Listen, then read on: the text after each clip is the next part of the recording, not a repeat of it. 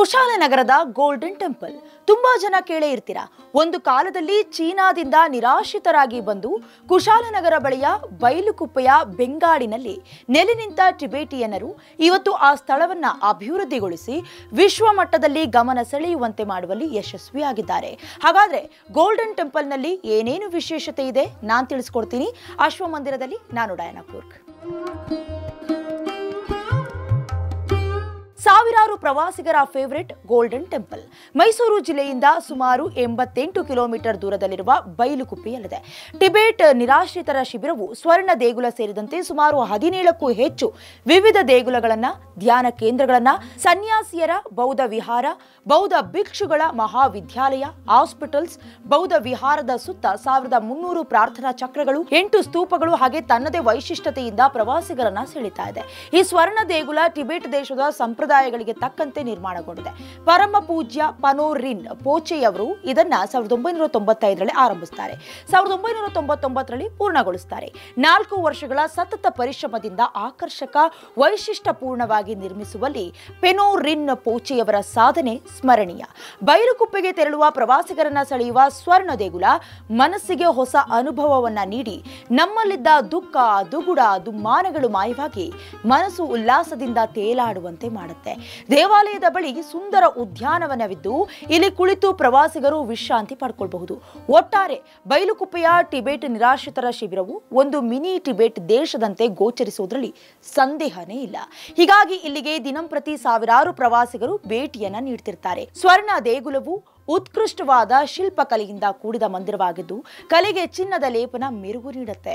ವಿಶಾಲ ಹಜಾರ ಹೊಂದಿರುವ ದೇವಾಲಯದ ಪೀಠದಿಂದಲೇ 60 ಅಡಿ ಎತ್ತರದ ಬುದ್ಧನ ಮೂರ್ತಿ, 58 ಅಡಿ ಎತ್ತರದ ಗುರು ಪದ್ಮಸಂಭವ ಹಾಗೂ ಬುದ್ಧ ಅಮಿತಾಯುಸ್ನ 3 ಬೃಹತ್ ಪ್ರಧಾನ ಮೂರ್ತಿಗಳಿದ್ದು ಇವುಗಳನ್ನ ಚಿನ್ನ ಲೇಪಿತ ತಾಮ್ರದ ಲೋಹದಿಂದ ನಿರ್ಮಾಣ ಮಾಡಲಾಗಿದೆ. ಹಾಗಾದ್ರೆ 3 ಬೃಹತ್ ಪ್ರಧಾನ ಮೂರ್ತಿಗಳ ಒಳಗಡೆ ಏನೇನಿದೆ ಅಂತ ನೋಡೋದಾದ್ರೆ ಈ ಮೂರ್ತಿಗಳ ಒಳಗೆ ಧರ್ಮಗ್ರಂಥಗಳು, ಮಹಾತ್ಮರ ಭಗ್ನಾವಶೇಷಗಳನ್ನ, ಜೇಡಿ ಮಣ್ಣಿನಿಂದ ಸ್ತೂಪಗಳು, ಎಕರದ ಅಚ್ಚುಗಳು ಮತ್ತು ಸಣ್ಣ ಮೂರ್ತಿಗಳಿವೆ. ಇವು ಭಗವಾನ್ ಬುದ್ಧನ ದೇಹ ನುಡಿ ಮತ್ತು ಮನಸ್ಸಿನ ಸಂಕೇತಗಳು ಅಂತ ಹೇಳಲಾಗುತ್ತೆ.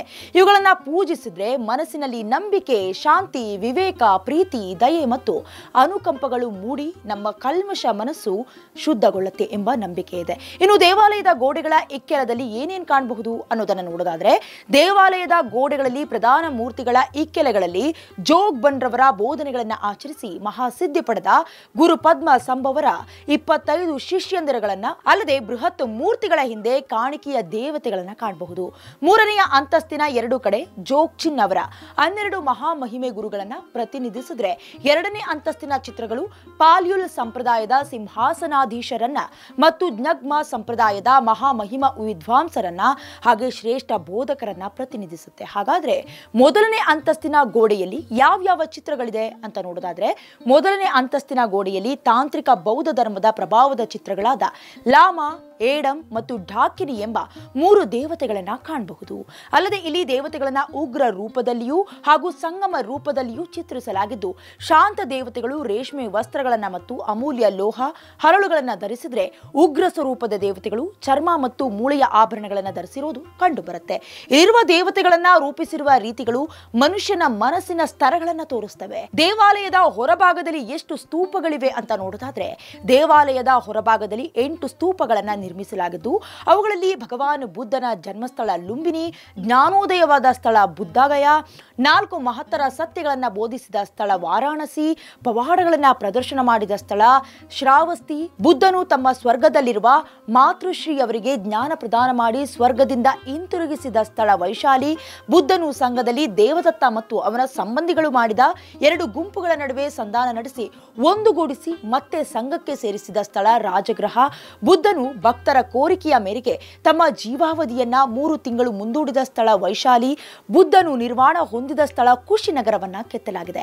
ಹಾಗಾದ್ರೆ ಈ ದೇವಾಲಯದ ಬಗೆಗಿರುವ ನಂಬಿಕೆ ಏನು?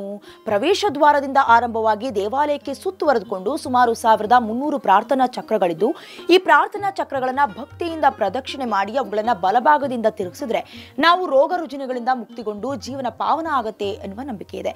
ಇದೇ ರೀತಿಯ ಕುತೂಹಲಕಾರಿ ದೇಗುಲಗಳ ಬಗ್ಗೆ ಹೆಚ್ಚಿನ ವಿಡಿಯೋಗಳಿಗಾಗಿ ಅಶ್ವಮಂದಿರ ಪೇಜ್ ಅನ್ನು ಲೈಕ್ ಮಾಡಿ, ಶೇರ್ ಮಾಡಿ ಹಾಗೆ ಸಬ್ಸ್ಕ್ರೈಬ್ ಮಾಡಿ.